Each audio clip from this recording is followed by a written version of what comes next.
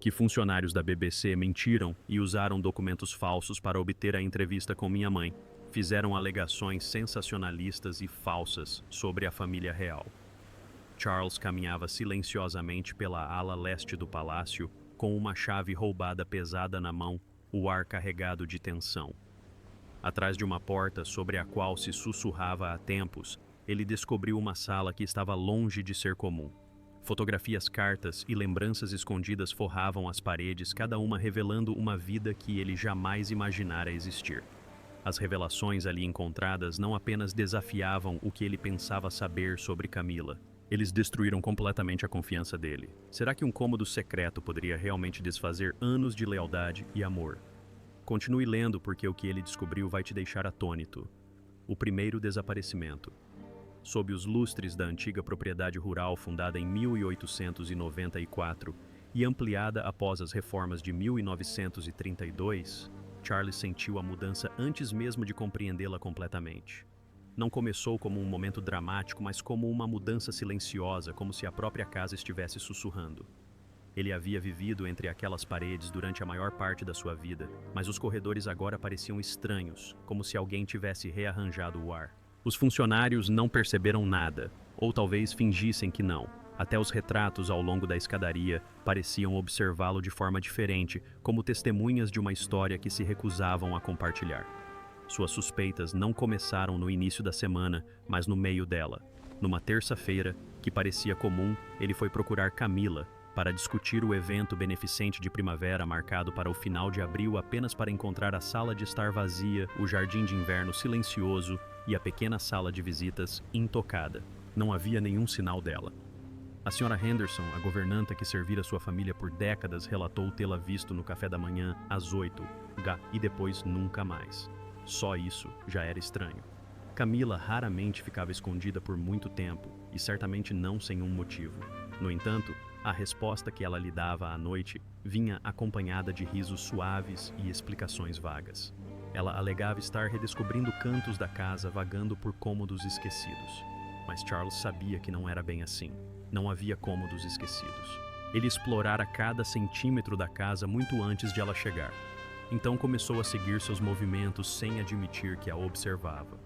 Depois do almoço, ela se ausentava sempre pelo mesmo período de tempo, 2 ou 3 horas, retornando com uma leve poeira nas mangas e uma leveza no passo que parecia mais misteriosa do que tranquila. Quanto mais ele prestava atenção, menos sentido a casa fazia. Portas que deveriam permanecer trancadas destoavam um pouco. Corredores que antes não levavam a lugar nenhum, agora pareciam caminhos para algo oculto. Do antigo berçário aos quartos de hóspedes na ala leste, ele traçou os caminhos que ela poderia ter percorrido. Passou pela sala de música, pela biblioteca, pelos depósitos onde o tempo se acumulava em caixas e baús. Mapeou tudo como uma investigação, movendo-se para trás em vez de para frente. Convencido de que as respostas não estavam à sua frente, mas sob seus pés. O que mais o perturbava era a crescente ideia de que ela não estava simplesmente vagando. Ela estava encontrando algo ou alguém escondido na própria arquitetura da casa. E a casa, outrora leal, agora parecia pertencer mais aos segredos dela do que a ele. Sombras, perguntas, silêncio, passos, portas destrancadas, confiança esvaída, sussurros sem resposta, corredores ocultos à espera. Afinal, para onde Camila estava desaparecendo, acompanhe. A porta da qual ela nunca falava. Ele não começou procurando por passos ou sussurros. Tudo começou com a estranha percepção de que alguém na casa se movia com um propósito. A antiga propriedade em Somerset, expandida discretamente em 1931 e conhecida por seus corredores intermináveis, sempre pertencera à tradição, mas ultimamente parecia governada por segredos. Charles percebeu a mudança antes mesmo de entendê-la. Os desaparecimentos de Camila nunca eram dramáticos, apenas inexplicáveis. Horas se passaram. Desculpas eram dadas. O silêncio preenchia os espaços que ela deixava para trás. Não foi uma descoberta feita durante uma caminhada. Foi uma lembrança que o atormentou mais tarde, uma porta trancada, que ninguém mais mencionava. No extremo da ala leste havia uma porta de carvalho que nunca chamara a atenção em sua juventude. Agora brilhava com um polimento recente, a única porta naquele corredor silencioso que parecia bem cuidada.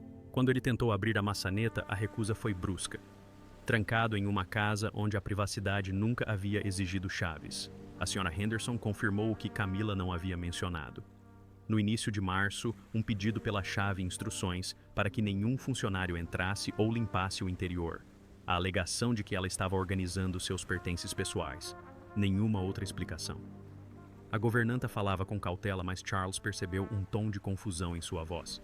Ele observava Camila em busca de padrões, não de respostas. 2 horas desaparecidas após o almoço, às vezes 3. Poeira nas mangas, pensamentos em outro lugar quando conversavam. Suas respostas já não tinham relação com as perguntas dele. Ela oferecia frases agradáveis que escapavam ao seu significado.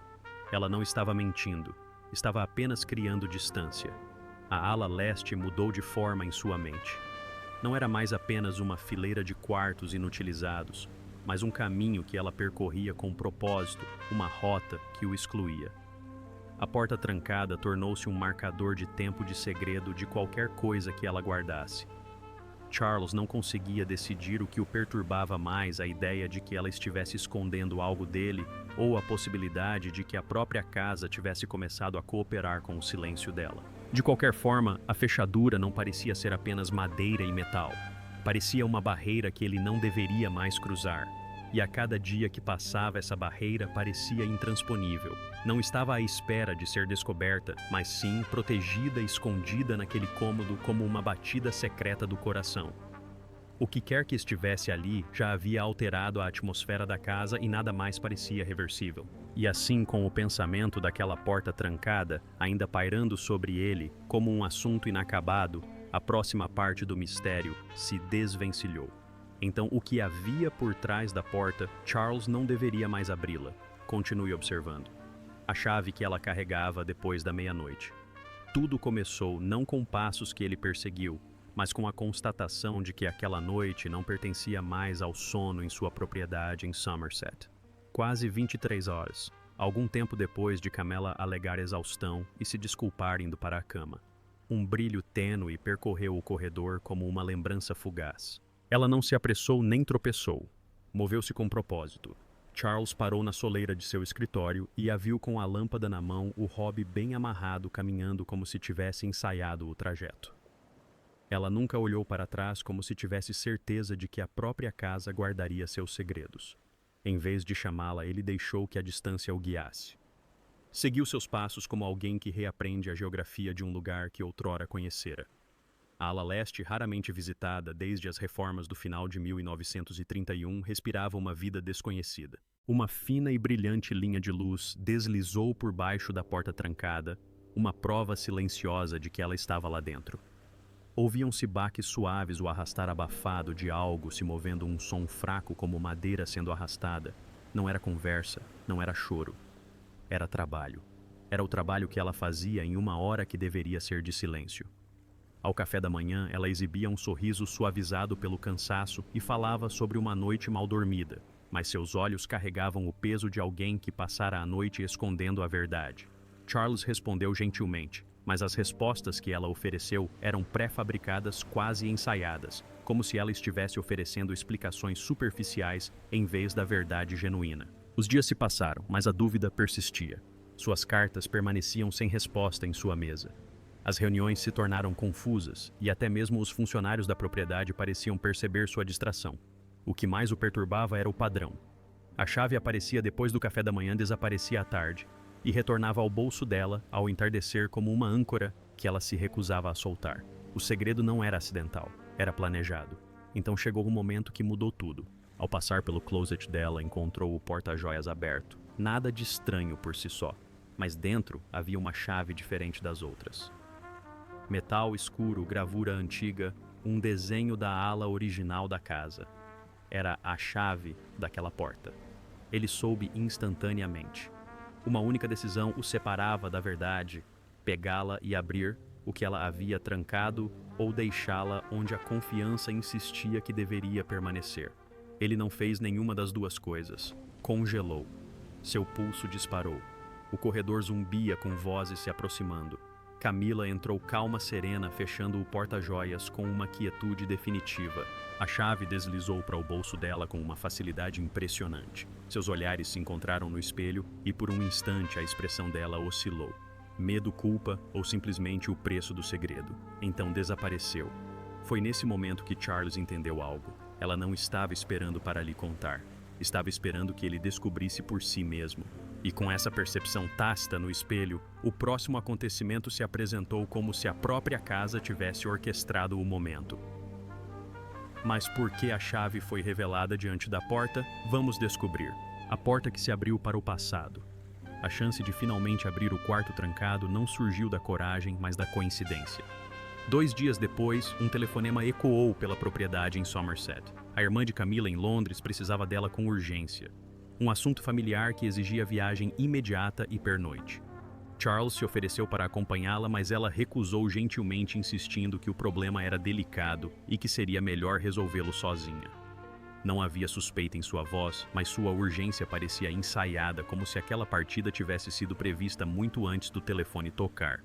Enquanto ela arrumava as malas, ele observava seus movimentos em silêncio. Mãos tensas, olhar desfocado, uma distração que ela tentava esconder atrás de uma conversa fiada. No momento em que ela saiu para a estação, ele esperou 1 hora não por precaução, mas porque precisava de certeza. Quando a casa ficou em silêncio, ele foi até o closet dela e encontrou o que esperava, a velha chave ornamentada ainda repousando em seu porta-joias. O metal estava frio, mais pesado do que uma chave deveria ser. Parecia uma confissão. Aceitá-la não era roubo, mas um passo em direção a uma verdade que ela já o havia abandonado para descobrir sozinho. A caminhada até a ala leste se estendeu como um teste. As paredes pareciam mais longas, as janelas mais escuras, o silêncio vigilante. Na porta, ele hesitou o suficiente para considerar voltar, mas recuar era um luxo que ele já não acreditava ter. A chave girou a fechadura, destrancou, e a porta se abriu.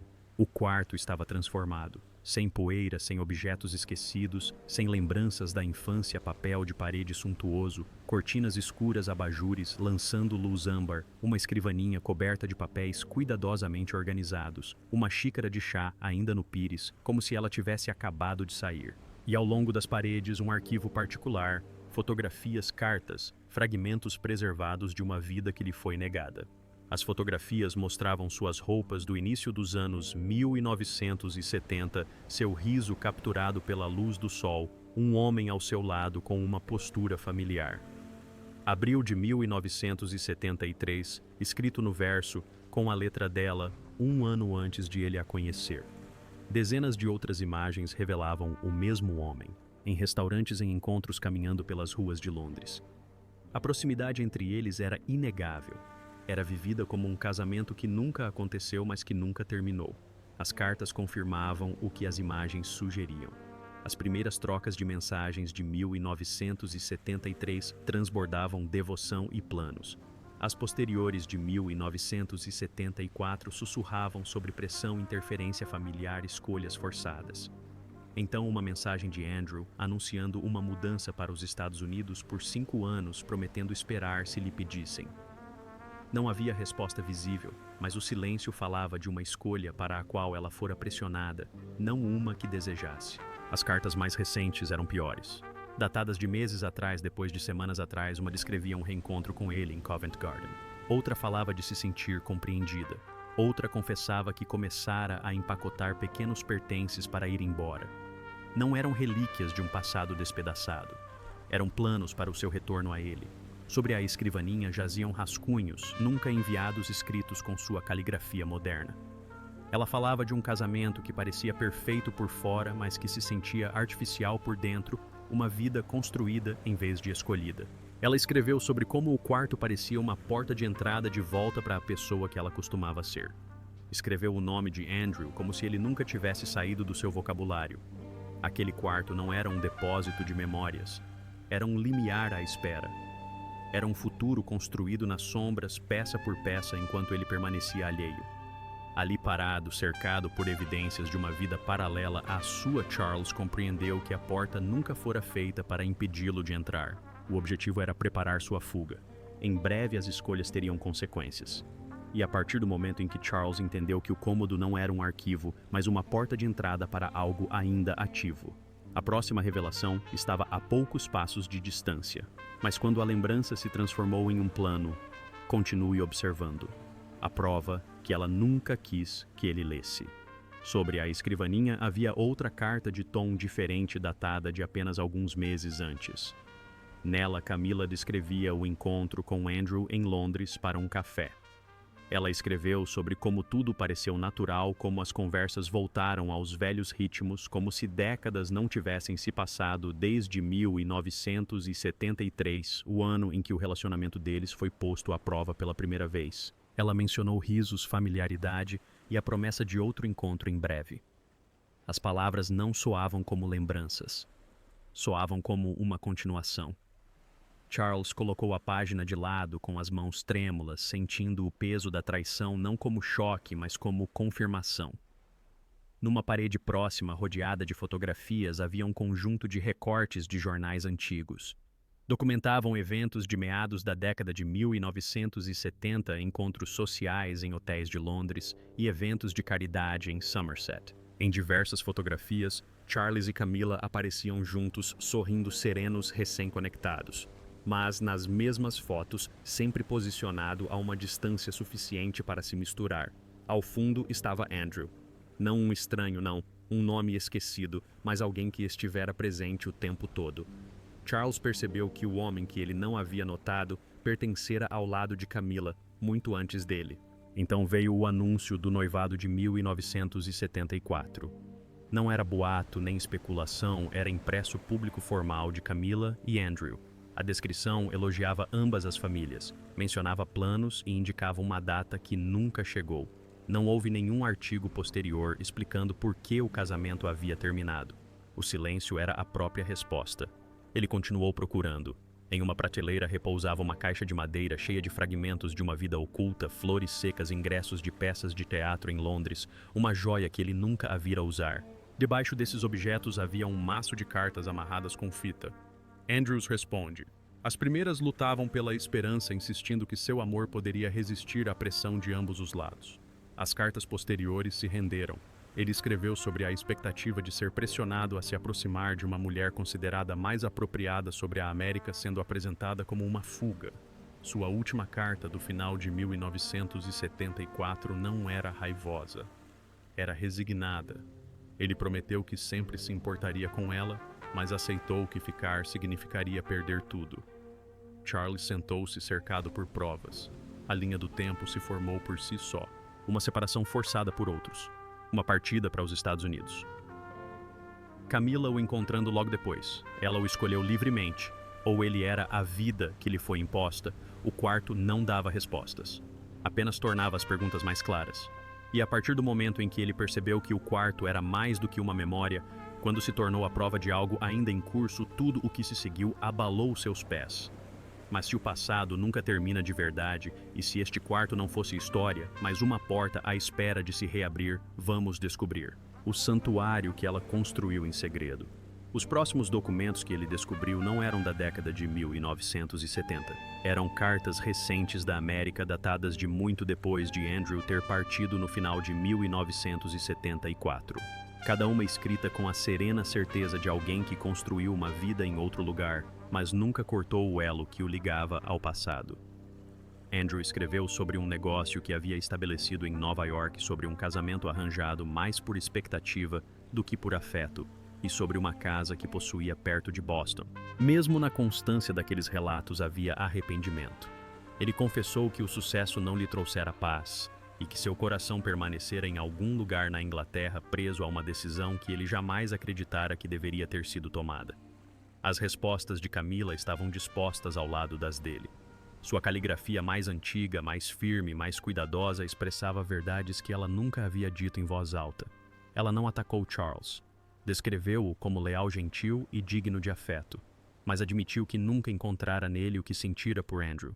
As páginas falavam de uma vida hipotética, a versão que ela poderia ter vivido se o noivado de 1974 não tivesse desfeito.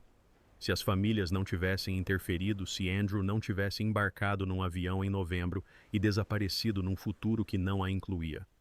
Um pequeno calendário de mesa estava aberto com datas circuladas em tinta vermelha. Quando Charles se aproximou, viu nomes de lugares em Londres escritos ao lado: Covent Garden, Paddington, Kensington. Não eram lembretes de tarefas ou compromissos. Eram encontros não reencontros imaginados, mas encontros regulares muito mais frequentes do que a única visita que ele presumira pelas cartas anteriores. A traição foi dolorosa, mas complexa. Por trás da dor começava a perceber que ela nunca o havia realmente desapegado mesmo enquanto tentava construir uma vida ao lado dele. Numa prateleira mais baixa, um diário revelava a tempestade que ela vivia em segredo. As anotações estavam repletas de culpa da vergonha de ter se encontrado com Andrew às escondidas, da sua incapacidade de parar das suas tentativas de se convencer de que a lealdade poderia substituir a paixão. Ela escreveu que se sentia desonesta no próprio casamento e desonesta no próprio coração. Ela questionou se amar dois homens de maneiras diferentes era o mesmo que trair um deles. Questionou se negar um primeiro amor era trair a si mesma. Uma anotação se destacou, datada de apenas alguns meses atrás. Parecia uma confissão. Gostaria de poder dar a Charles tudo o que ele me dá. Não posso. Meu coração nunca me pertenceu para dar. Permaneceu onde o deixei. Debaixo do diário jazia uma última carta que ela começara a escrever. A data era ontem. Apenas algumas linhas foram escritas. Meu querido Andrew, acho que você pode estar certo. Não podemos mais fingir que nos contentamos com fragmentos. A vida é curta demais para abandonar a verdade. Charles não terminou de ler. Ele entendeu. Ela não estava decidindo se ainda amava Andrew. Ela estava decidindo se iria embora. Ele recolocou as páginas exatamente como as encontrara, não para apagar o que sabia, mas porque o quarto não lhe pertencia para perturbar. Ao entrar no corredor, as paredes familiares de Somerset pareceram inclinar-se. A vida que ele acreditava ser sólida havia sido construída sobre falhas geológicas. O lar que antes lhe trazia certeza agora carregava ecos. E a mulher que ele pensava conhecer completamente vivia com um pé em um passado que jamais consentira em enterrar. E daquele momento em diante, quando Charles retornou à vida que o aguardava do lado de fora do quarto secreto, nada parecia ou soava como antes. Mas o que acontece quando Charles descobre a verdade? Ela permanece em silêncio. Acompanha-nos. O silencioso desmoronamento daquilo que ele considerava verdade. Quando Camila voltou de Londres na noite seguinte, chegou a Kensington com o cansaço da viagem, uma preocupação educada e histórias sobre problemas familiares. Falava como sempre calma e gentilmente, como se nada em sua vida existisse além da casa que compartilhavam. Charles respondia nos momentos certos, mas sua mente estava em outro lugar. Cada olhar para o rosto dela trazia o eco das cartas que ele lera, as datas circuladas em tinta vermelha, as mensagens que pertenciam a outro homem. Quando ela sugeriu que planejassem umas férias juntos, só os dois, seu tom era afetuoso. A crueldade da situação foi involuntária, mas devastadora. Ela lhe oferecia momentos a sós enquanto se preparava para abandoná-lo. As noites se tornaram longas e sufocantes. Ele permanecia acordado, ouvindo sua respiração, questionando se o silêncio ao seu lado era paz ou distância. Ele não conseguia mais distinguir quais partes dela eram reais. Uma pausa pensativa no café da manhã. Um pequeno sorriso quando a correspondência chegou. Uma carta que deslizou rapidamente para o bolso dela. Cada detalhe parecia uma pista para uma história que ele não fora convidado a desvendar.